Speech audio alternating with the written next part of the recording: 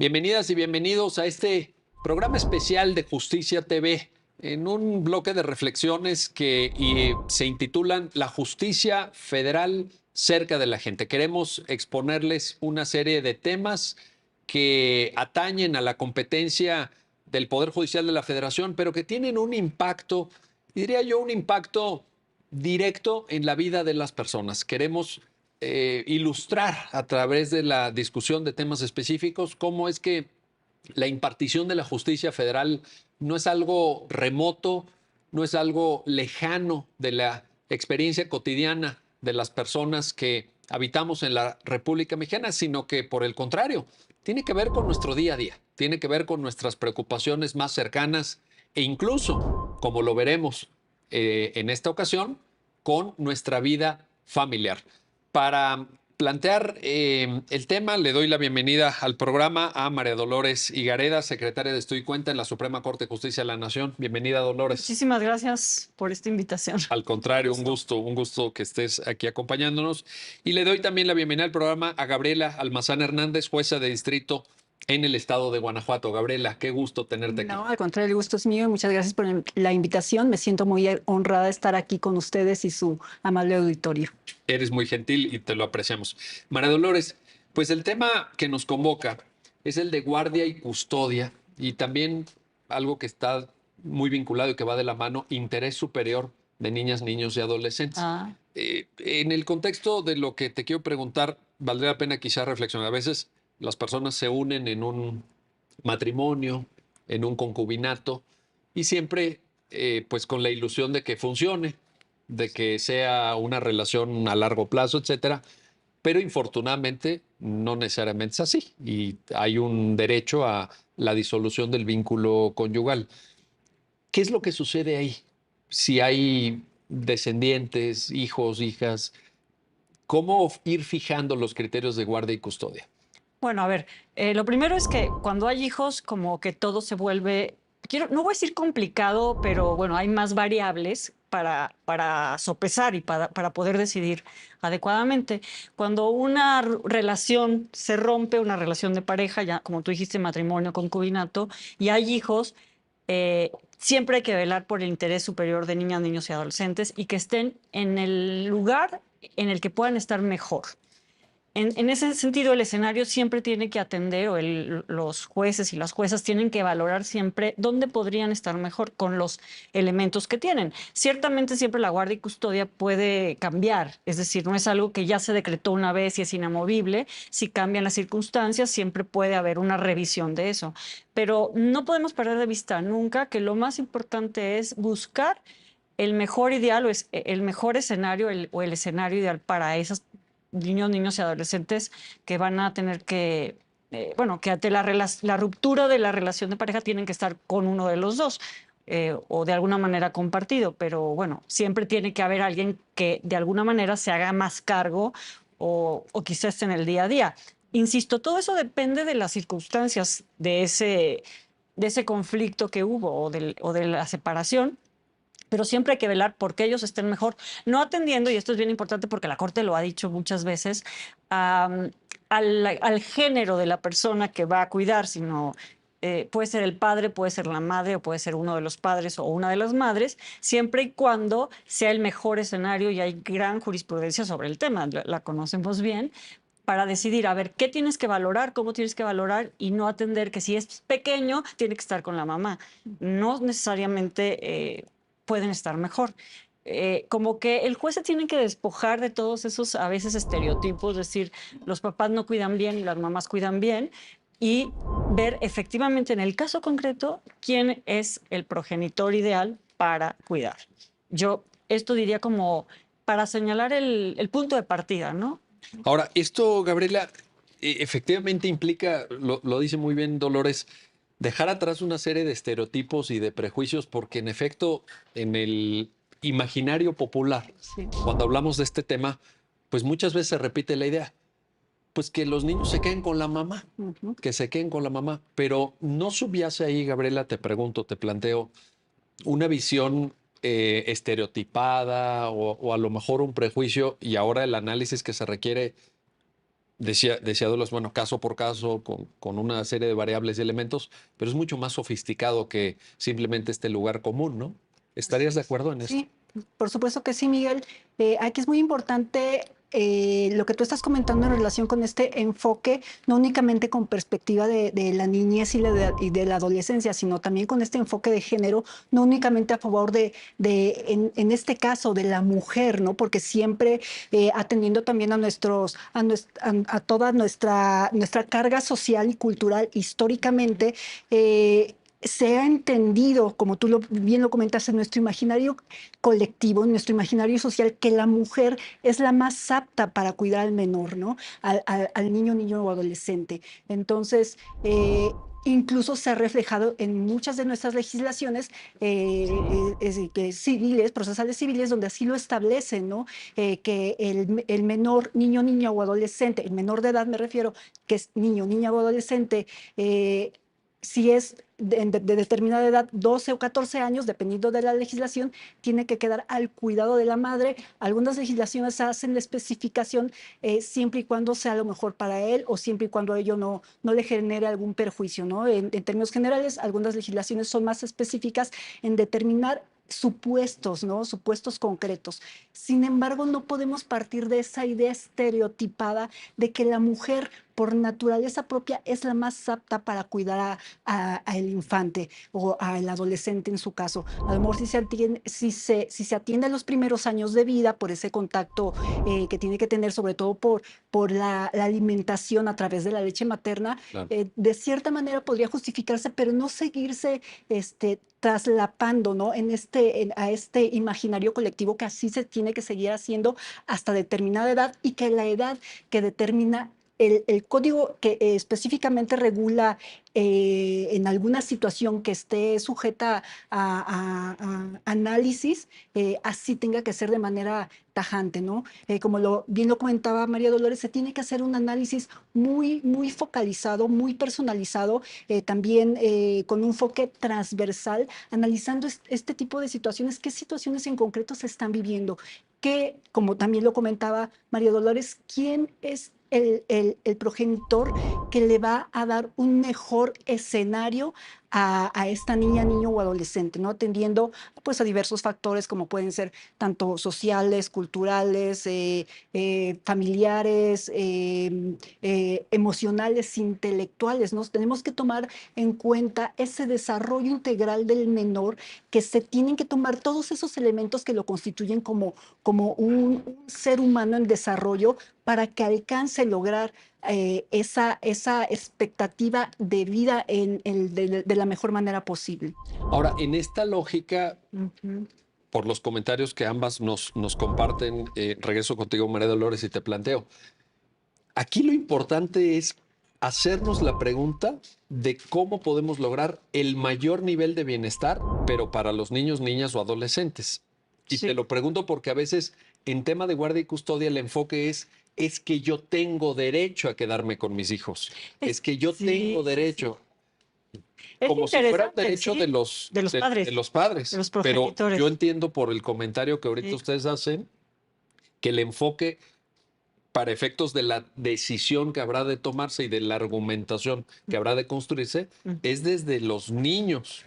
¿Es correcto Sí, esto? sí, a ver, yo aquí anotaría dos ideas. Una, la primera es que, a ver, todos nuestros códigos civiles son pues bastante antiguos y no siempre se han reformado en materia de familia con la nueva tendencia del derecho de familia que tanto hemos hablado de la constitucionalización, o sea, que los derechos humanos permeen, o sea, influyan en el derecho de familia. Entonces se habla de patria potestad y como diciendo, si yo tengo la patria potestad, tengo el derecho a tener la guardia y la custodia, porque ambos progenitores tienen la patria potestad, entonces tendrían derecho.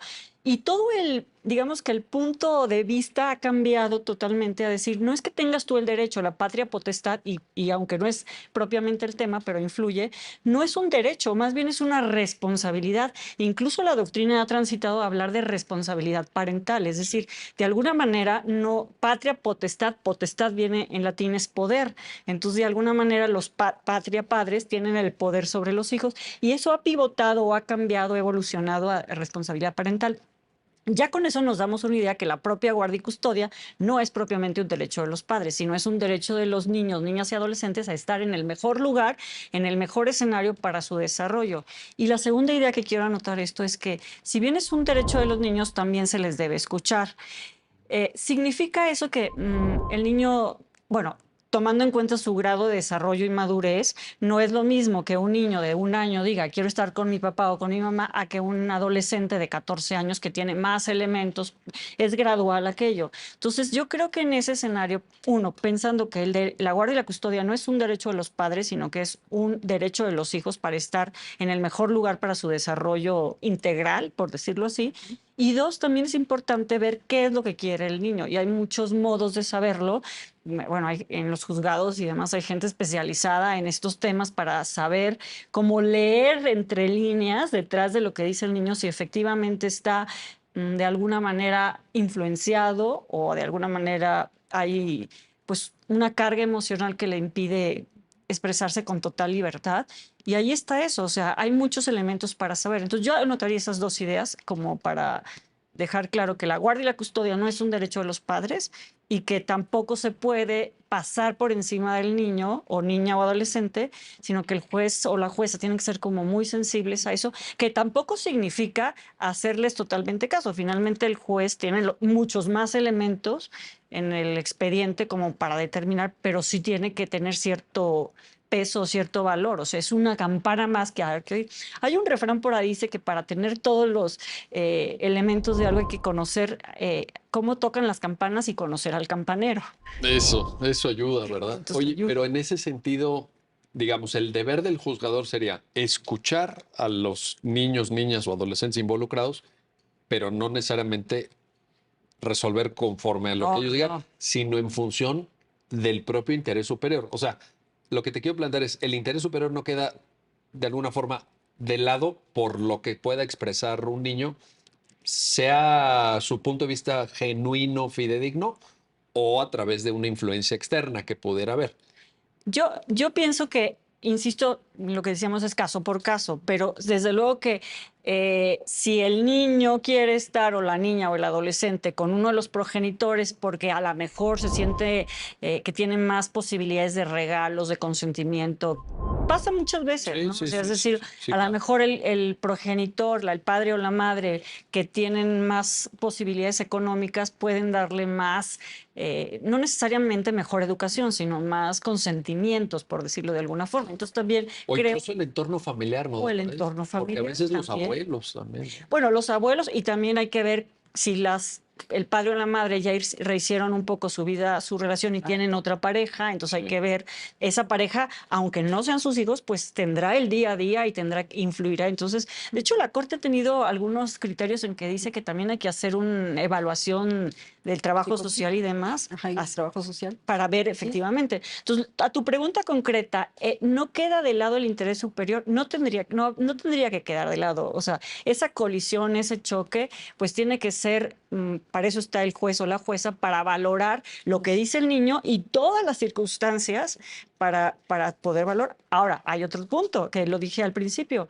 El guardia y la custodia no es algo que se defina hoy para siempre, sino que siempre hay posibilidad de revisar. Eso también creo que da un poco de tranquilidad. Ujú. Sí. Oye, a ver, y justamente, Gabriela, en este mismo sentido que apunta Dolores, te planteo, quizá alguna persona que te esté viendo en el programa, que te esté escuchando, podría decir, híjole, fíjate esto que están comentando las invitadas, ¿verdad? Aquí en Justicia TV, qué interesante y todo, pero pues yo ya tuve mi asunto hace 3 años o hace 4 años y quedaron bajo la guardia y custodia mis hijos de mi ex esposa o de mi ex esposo, mi ex concubino, etcétera.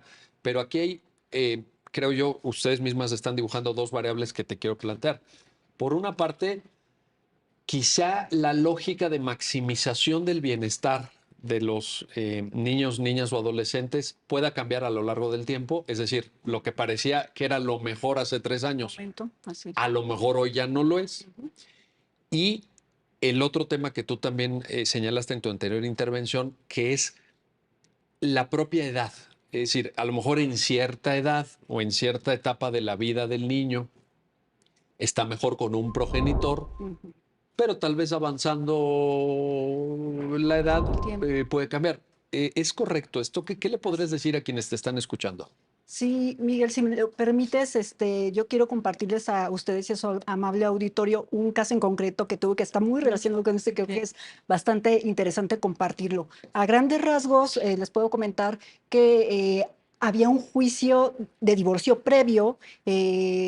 Los progenitores eran progenitores de dos menores de edad. En este entonces tenían menos de 12, por lo que todavía no entraban la categoría de ser considerados adolescentes. Entonces, un varón y una mujer. No tuvo mayor problema este asunto de divorcio, donde se determinó que la guardia y custodia la tenía la madre. Entonces, así pasó el tiempo. Después de algún tiempo, promueve el padre un incidente de modificación a la guardia y custodia y dice, de hecho, materialmente los tengo yo. Entonces, ahora los tengo yo y como los tengo yo ahorita, quiero que se cambie la guardia y custodia formalmente, o sea, ante un juez, Sí. ya que se decida legalmente que existe este papelito que diga que ya yo tengo yo esa custodia de los ahora adolescentes. Entonces, de inicio, la jueza familiar aquí se la concede porque advierte que efectivamente eh, exhibe pruebas donde acredita que los menores están, bueno, los adolescentes, perdón, ahora están con el progenitor varón y solicita la escucha de estos adolescentes y ambos se presentan. Voy a hacer aquí una pausa, todavía no voy a comentar qué es lo que dicen. Después, conforme a la legislación del estado de Guanajuato, se lleva a cabo una revisión de estas medidas y de estas medidas pues que se toman de manera provisional y en esta revisión de medidas se determina que quien tiene que tener la guardia y custodia provisionalmente es la madre. Ahora sí vamos a ver por qué. ¿Qué fue lo que dijeron los adolescentes ya en esa escucha de menores de edad? Para no ser reiterativa. Eh, Ellos dijeron, mi mamá ya no nos atiende, mi mamá ya tiene una nueva pareja, entonces, pues como ya tiene una nueva pareja, ya no nos atiende, ya no nos cocina, ya no nos lava, ya no nos plancha, ya no nos atiende, entonces nosotros, como ya no nos atiende, consideramos que mi mamá ya es una mala madre, ¿no? Sin embargo, también en el lapso donde la madre tenía la guardia y custodia de estos infantes en ese momento, pues no hubo ningún problema. Y en el régimen de convivencias con el progenitor, pues tuvo también diversas relaciones y no hubo absoluto problema, ¿no? Entonces, fíjense aquí qué interesante. El Claro. problema deviene cuando la madre decide iniciar una relación sentimental. ¿Y qué es lo que pasa? Pasan varias circunstancias, entre ellas, pues que el progenitor estaba muy al pendiente de preguntándole a los hijos a qué hora llegaban, a qué hora se iba, que cuando llevaba al novio, que si pernoctaba con ella y ellos en la casa y demás, ¿no? Pero aquí el tema central es esta opinión de los adolescentes respecto a por qué el concepto de madre cambió, ¿no? Y por qué lo que en determinado momento se consideró suficiente para conceder esta modificación de guardia y custodia, después fue cambiado, ¿no? Nada más que aquí sí la jueza familiar trató de entender atendiendo el principio de juzgar con perspectiva de género, pero dijo, no, se le regresan a la madre porque ella es quien tiene ahorita la custodia definitiva y no se ha decidido al respecto. Sin embargo, sí estaba repitiendo todavía todos estos estereotipos de género, porque fíjense que hizo una consideración que a mi parecer fue incorrecta y fue la razón por la que yo decidí conceder el amparo, porque condicionó la guardia y custodia a que la nueva pareja de la madre no pernoctara con ella y que no convivieran los Eso lo pidió, pero adolescentes. pues ya era el ex, perdón, ¿no? Pero Sí, aquí, sí, sí, pues sí, ya era el no, no, ex, no, ¿no? sí, y eso, Bueno, y el eso ex entonces, consideró pero qué, no, es que exactamente, ¿no? Fíjate, Miguel, cómo precisamente en ese imaginario colectivo del que ya habíamos Ajá. comentado en el segmento anterior, existe todavía esa idea de que ese mito de la madre tiene que ser mártir, la madre tiene que ser abnegada, la madre Exactamente. tiene que dedicarse al cuidado No exclusivo puede de tener novio la mujer. Exactamente, porque si ya tiene novio o si tiene Pero ya una está actividad, divorciada, ¿no? sí, Entonces, sí, a eso es a lo que vamos, ¿no? fíjate. Precisamente es la perspectiva que tenemos que cambiar nosotros como juzgadores, hacer conciencia a todo el público que nos está escuchando, a todos los ciudadanos, de que esto no es así, que esos estereotipos, esos roles de género que se han asignado a las mujeres por el hecho de ser mujeres, no son algo que la naturaleza te da, no son algo que ya es con lo que tú tienes que cargar y así tiene que ser, porque es una responsabilidad compartida, es una corresponsabilidad, como también lo comentaba Dolores, ¿no? Entonces, no puede ser que la madre, por el hecho de intentar rehacer su vida, se le juzgue como mala madre. Y peor aún, que permee. Fíjate cómo estos estereotipos de género van replicándose y a la vez pues se van perpetuando finalmente, ¿no? Porque ya los hijos tienen esa visión, Claro. que no, ellos prefieren estar con su padre también como castigo a su madre porque ella ya decidió continuar con su vida Oye, sentimental. esto que estás comentando, Gabriel, es importantísimo. Ujú. Es importantísimo. Yo quisiera que estas palabras que acabas tú de pronunciar fueran muy escuchadas. Yo también, Sí. No, definitivamente yo también. Sí, porque claro. realmente tú lo ilustraste con un caso concreto que fue materia de conocimiento en tu tarea jurisdiccional, pero yo estoy seguro que esto no se Pasa. trata de un caso No, aislado, bueno, la verdad que han llegado a casos ¿no? así. ¿Estamos de acuerdo? Así es. Y con Y, más frecuencia, tristemente, de lo que imaginamos. Ujú. pero no en el fondo, digo, y perdón, aquí se los pregunto incluso, bueno, ustedes dos en su carácter de mujeres, ¿no ven ahí también una intromisión totalmente fuera del lugar en la propia dignidad de la mujer? Por supuesto, O sea, realmente, ¿cómo controla sí. un ex Ajá, la vida de las mujeres? Manipula, así es. no tengas novio, pero luego también se dice, no, pero si tienes novio no lo lleves a la casa o no, o que no se quede a dormir Pues está vulnerando su derecho al libre desarrollo de la personalidad, que creo que ese es y su derecho a la privacidad y a la intimidad. Oye, ¿a actividad. ti qué te Ajá. importa quién se queda a dormir o no se queda a dormir? Lo curioso es que esa exigencia no es pareja, digamos, Así es.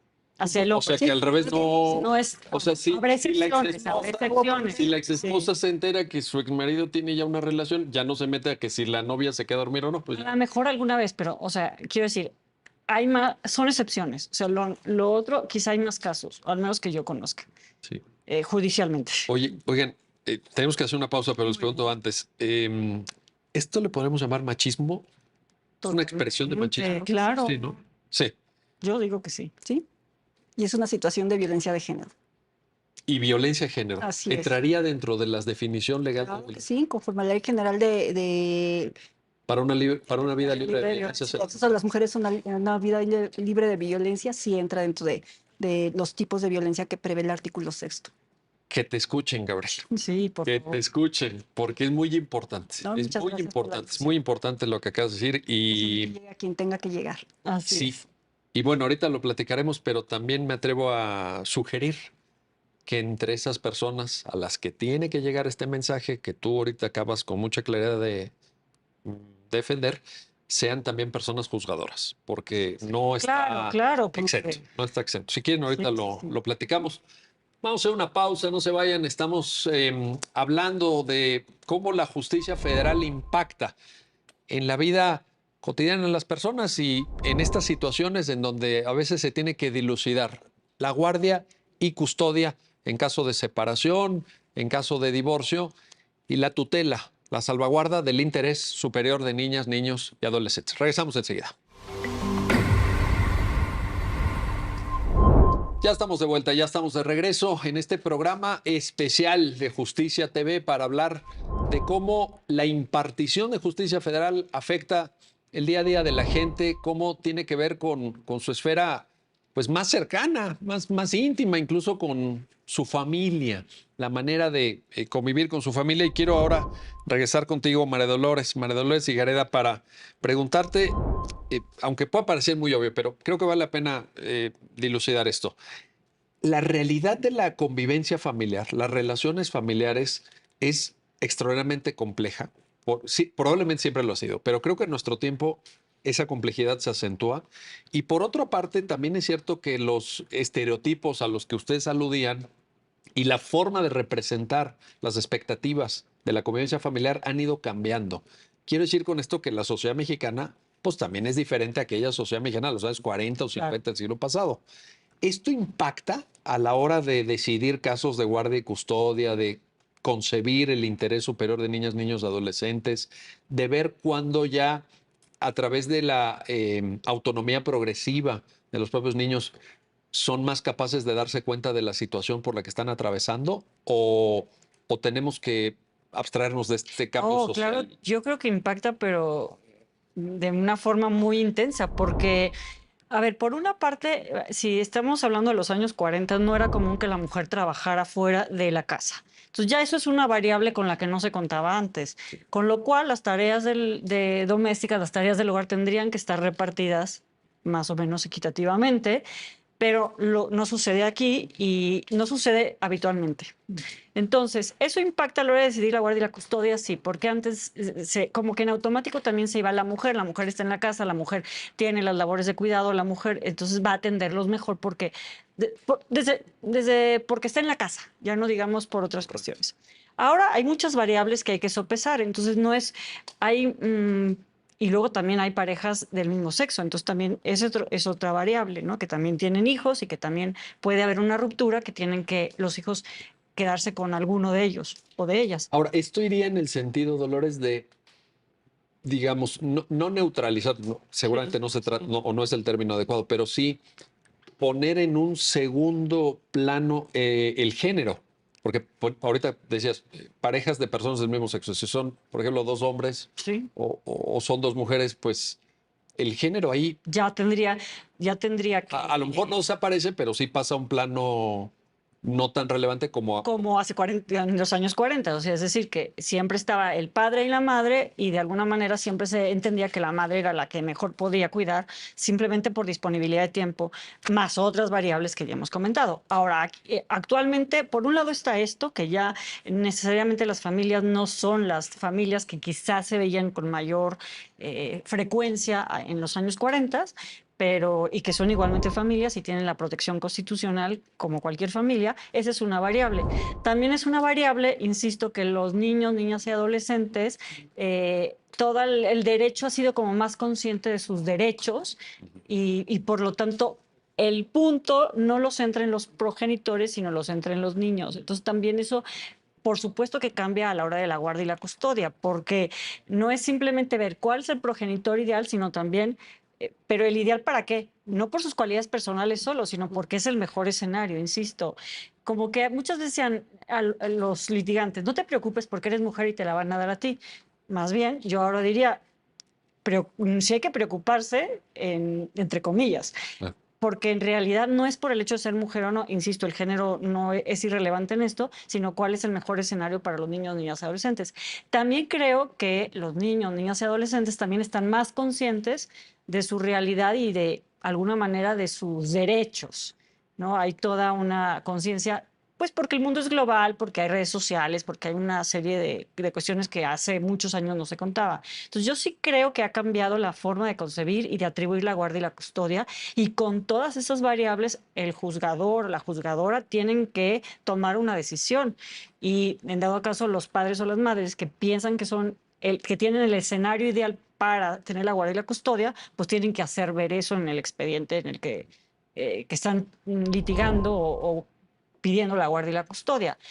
Sí hay un cambio radical. Sí, ahora, este cambio, regreso contigo, Gabriela Almazán, también es algo respecto a lo cual quienes ejercen la función jurisdiccional tienen que pensar y tienen que analizar, creo yo, porque pues el cambio social debe venir aparejado de un cambio jurídico, argumentativo, hermenéutico en materia de resolución de procesos judiciales, y que a lo mejor las personas juzgadoras vislumbren opciones no tan tradicionales. Recupero un concepto que apuntaba Dolores y te lo pregunto y te lo planteo. Esquemas de custodia compartida, en donde ya no sea o la opción A O la o opción B. la opción B, sino que pueda haber también una distribución de roles, una distribución de cargas, etcétera. ¿Lo ves viable? ¿Te suena? ¿No te suena? Sí. ¿Cómo lo aprecias? No, pues la verdad que la pregunta es muy interesante. Es, como tú bien lo comentas, ¿no? Es un tema de cierta manera novedoso, esta custodia compartida. ¿Por qué?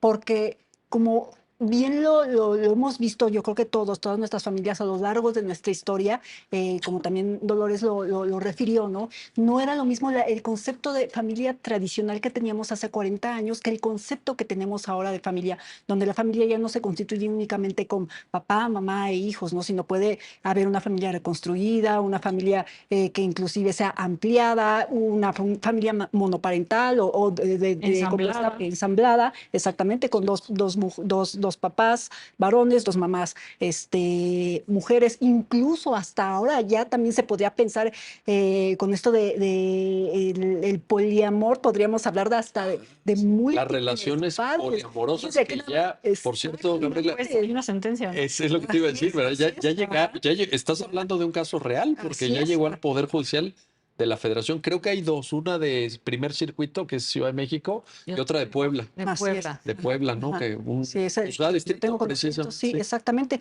Y no, pero nada más haciendo una breve pausa, no sé si se han puesto a pensar que ahora en nuestra realidad actual un niño o adolescente puede tener hasta 4 mamás. ¿Por qué? También pensando en los vientres subrogados, ¿no? Mm. La que dona el óvulo, la que presta el útero, la que adopta o las que adoptan a este niño, niña o adolescente. Fíjense cómo nuestras realidades Cuatro van mamás. cambiando. Podría ser el caso. Imagínense que las 4 mamás reclamen la maternidad de este.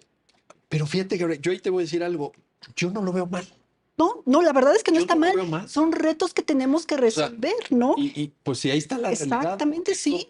A eso es a lo que voy. Quiero dejar a lo mejor con un ejemplo muy drástico cómo nuestras realidades sociales han cambiado, ¿no? Y hacia dónde vamos, para dar respuesta a la pregunta que tú me estás haciendo. ¿Qué es lo que opino? ¿Hacia dónde vamos con esta custodia compartida?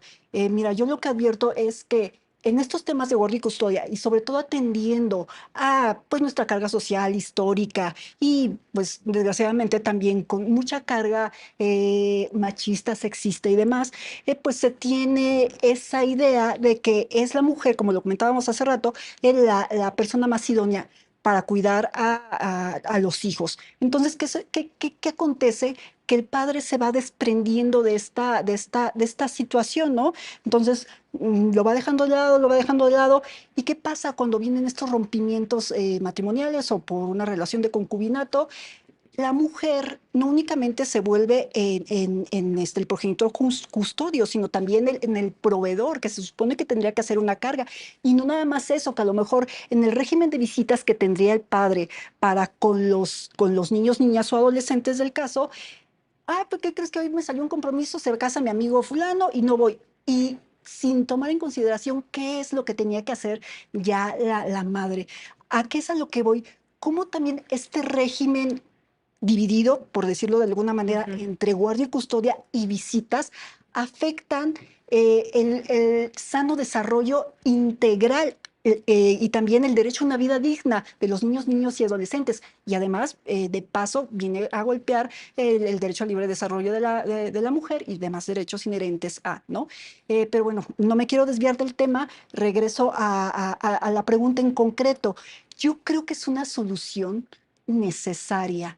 ¿Por qué? Porque también existe en el momento en el que los padres están peleando literalmente esa guardia y custodia, uno queda vencedor y otro vencido. Mira, yo te gané la guardia y custodia, Claro. tú la tienes. Entonces, ¿qué pasa? Uno se siente con mayores responsabilidades que el otro y así, ¿no? Es a lo mejor hasta una condición connatural al ser humano. Yo me he puesto a pensar en eso.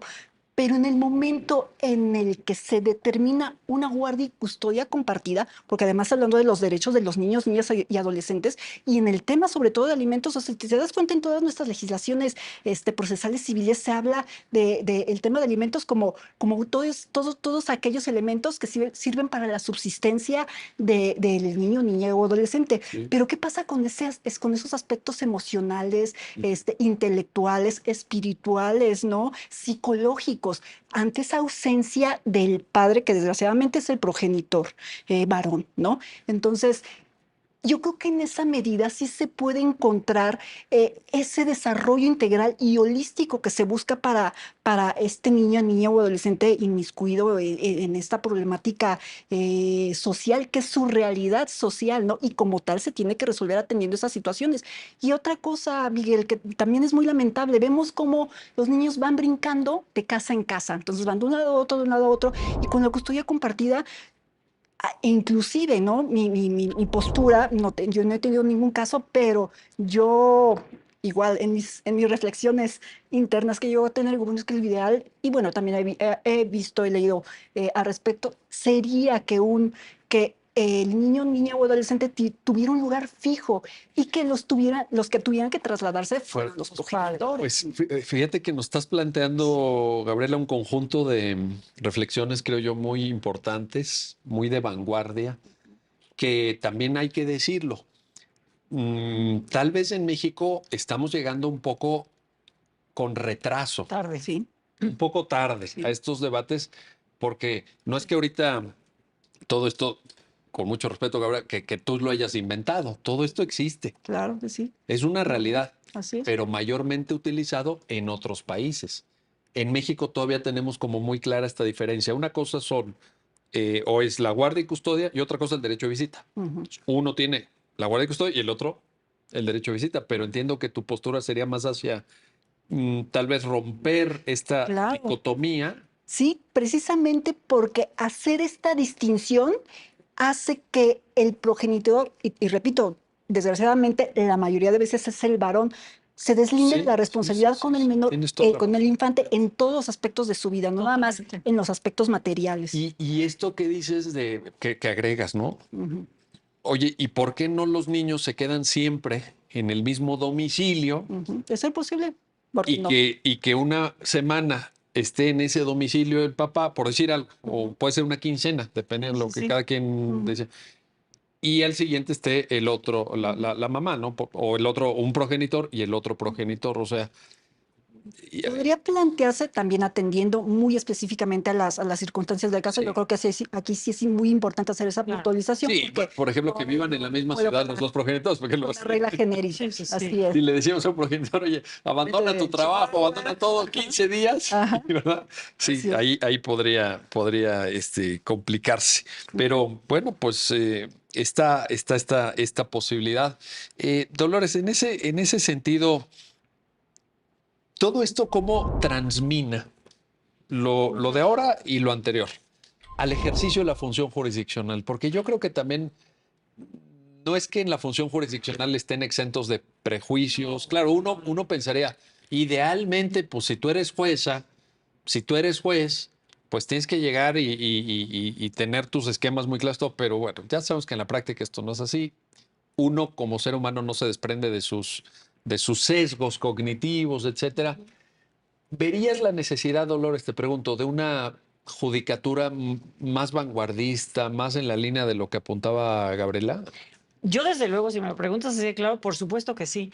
O sea, me parece que muchas veces los que estamos en la función jurisdiccional, tanto jueces, juezas, magistrados, magistradas y todo el personal de apoyo que está alrededor, porque también eso es importante. Oye, ¿y ministras y ministros? Ministras y ministros ¿No? también.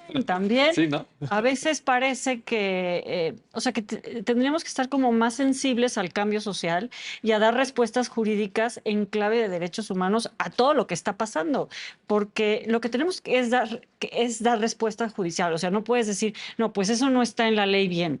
O sea, el juez tiene que resolver y tiene que echar mano de todas las herramientas jurídicas que tiene el juez, la jueza, Mm. y ahora pues hay una cantidad de formación y de información grande, o sea, es decir, un juez, una jueza o un juzgador o juzgador en el nivel que sea, que no siga formándose, pues es muy peligroso, porque, y digo, en todas las materias, por el derecho de familia, creo que es especialmente Es que ha sensible. cambiado mucho.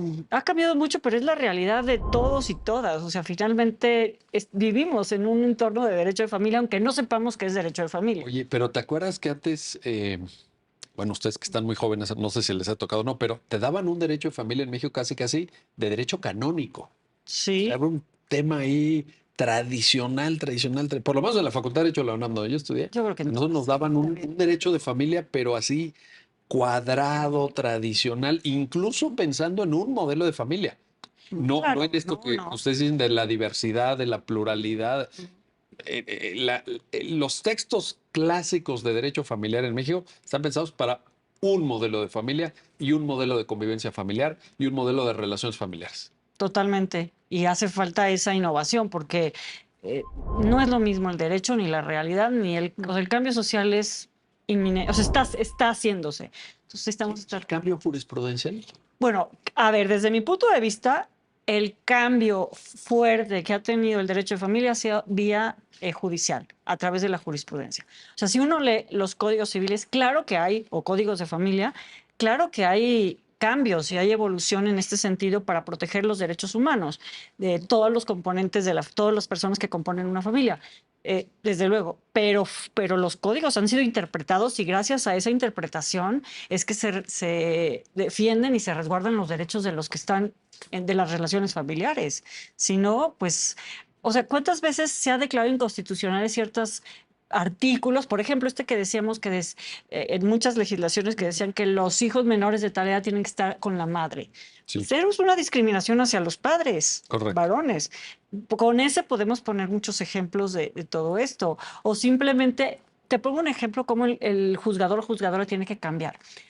Cuando se pensaba, y a veces desgraciadamente se piensa, que un menor de edad, un niño, niño adolescente va a estar mejor, se piensa en términos económicos. Generalmente. Es Cierto. decir, a ver, ¿quién tiene más posibilidades? ¿Dónde va a estar más cómodo? Normalmente, si ya tenemos que definir, normalmente el varón o generalmente es el que tiene mayores ingresos. Por lo tanto, si tú pones en igualdad y dices, pues es que tendrían a lo mejor un cuarto para ellos solos, una habitación para ellos solos, tendrían una serie de comodidades según el nivel en el que estés, pero tendrían más cosas. O sea, yo me acuerdo de un caso, por ejemplo, que el hijo iba a tener una habitación y iba a compartir el baño con su papá, y en casa de la madre, que era muy buena madre, no tenía agua caliente, pero la madre la calentaba en una hornilla para poder bañar al niño.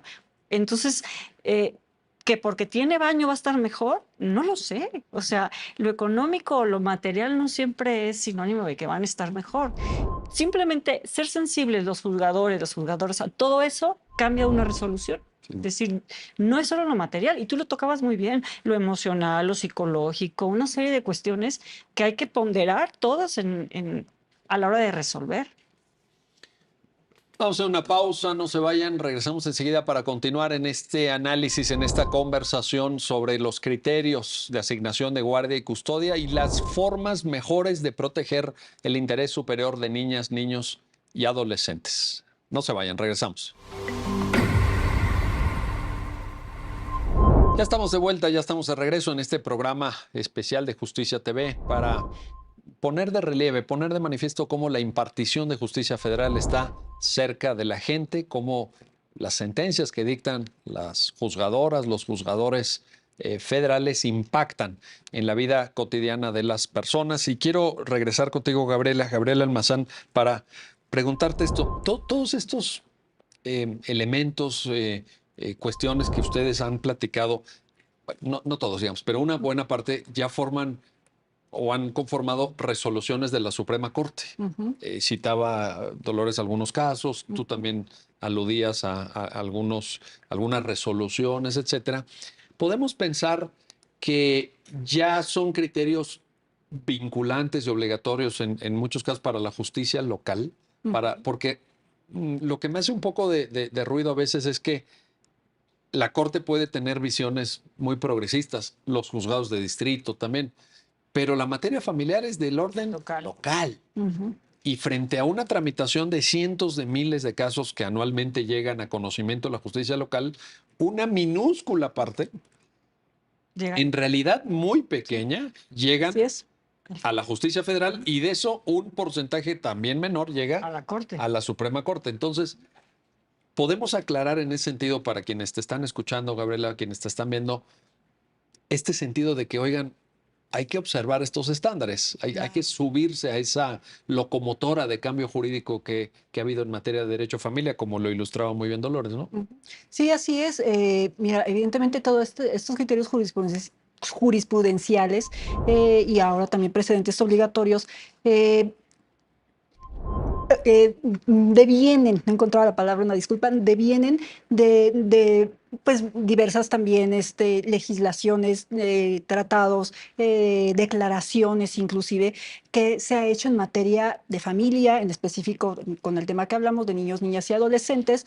Entonces, ha transitado por una serie de discusiones, tanto de políticas públicas, legislaciones, como ya lo comentaba, en todos sus sentidos, todas estas normas jurídicas, eh, legislaciones y hasta que se vean materializadas propiamente en resoluciones, ¿no? Sí, evidentemente todos esos criterios que emite la Suprema Corte de Justicia de la Nación son de carácter obligatorio, pues tratándose de asuntos específicos, como también lo estás preguntando, de alguna entidad en específico, pues se tiene que analizar quién emite ese criterio para ver hasta dónde es vinculante o no. Pero no debemos dejar de lado que ese criterio, aun cuando la legislación pudiera ser de diferente entidad, pudiera tener ciertas analogías o ciertas similitudes y podría también aplicarse utilizando un criterio orientador, ¿no?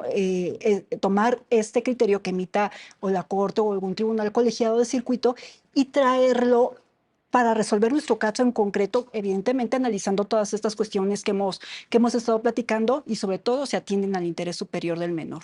Oye, y en este sentido, decías también, Gabriela, el uso de fuentes de origen internacional, aludías a convenciones, a declaraciones, te agrego yo jurisprudencia de la Corte Interamericana. Así es. ¿Hay que voltear a ver eso?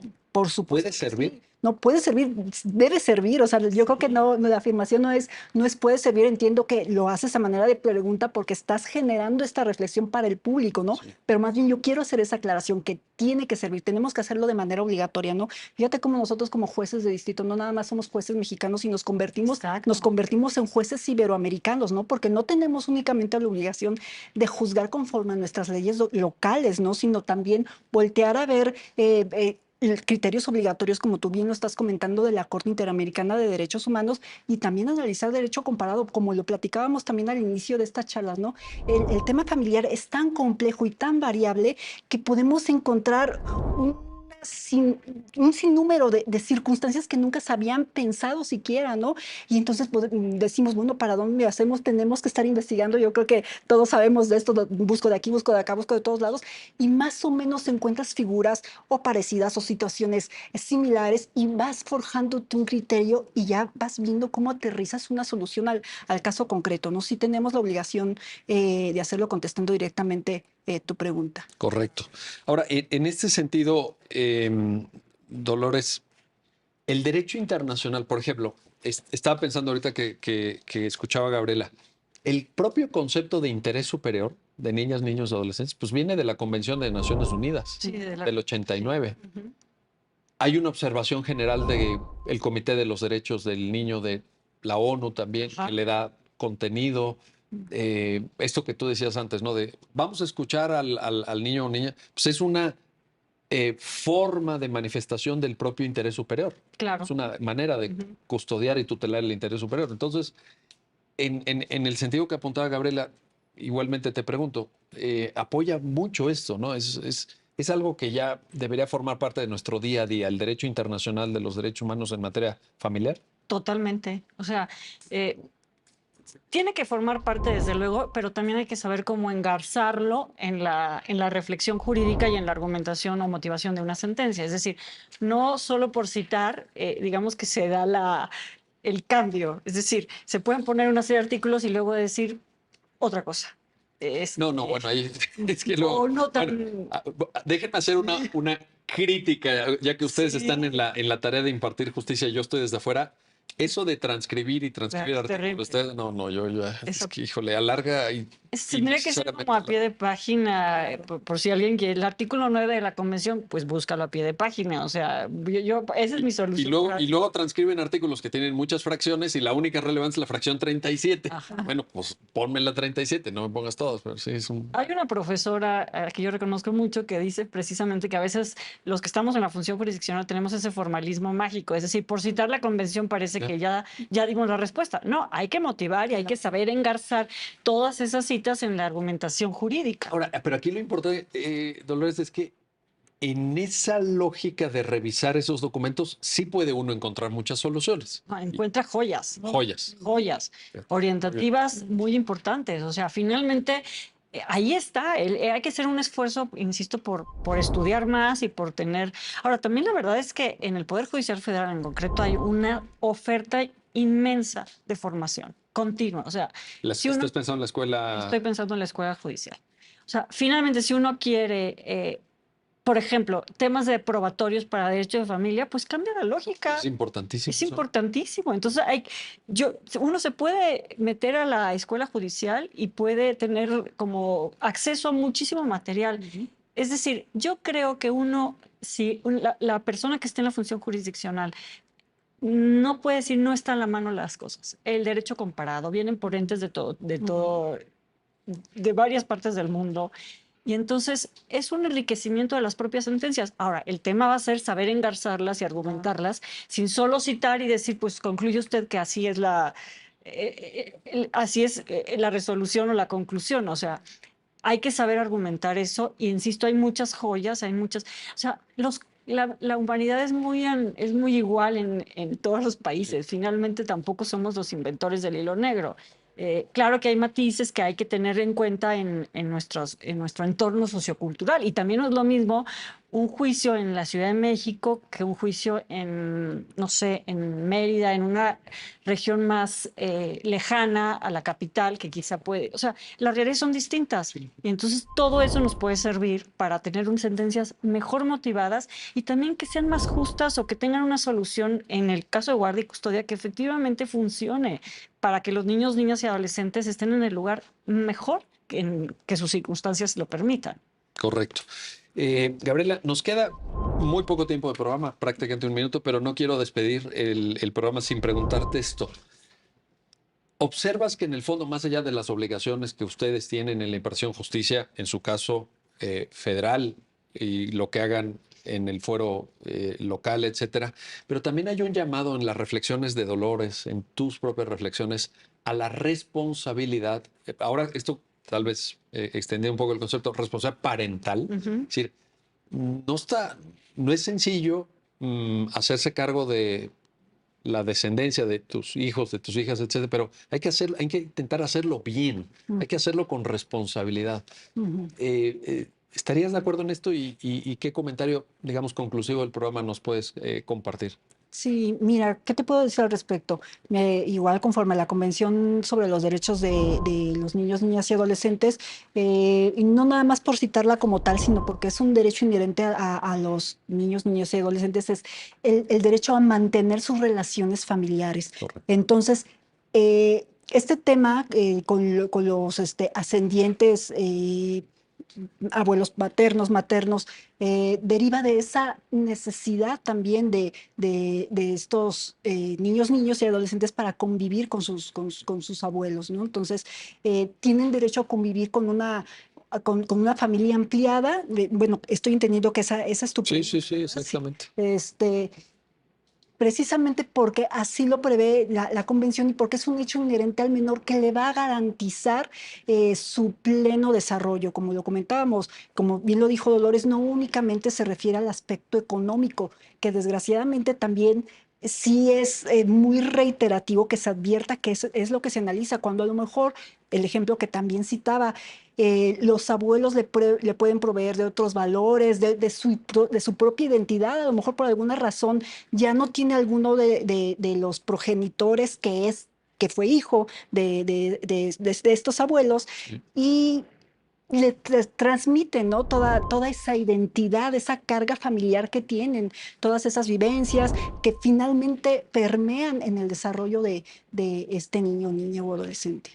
Ahí está la reflexión. María Dolores Higareda, Gabriela Almazán Hernández, gracias a ambas. Y gracias a usted que hace posible esta serie de programas especiales que vamos a estar transmitiendo en Justicia TV para reflexionar sobre el impacto que tiene la impartición de justicia federal en la vida cotidiana de las personas, como ustedes mismos lo acaban de escuchar. Gracias y hasta pronto.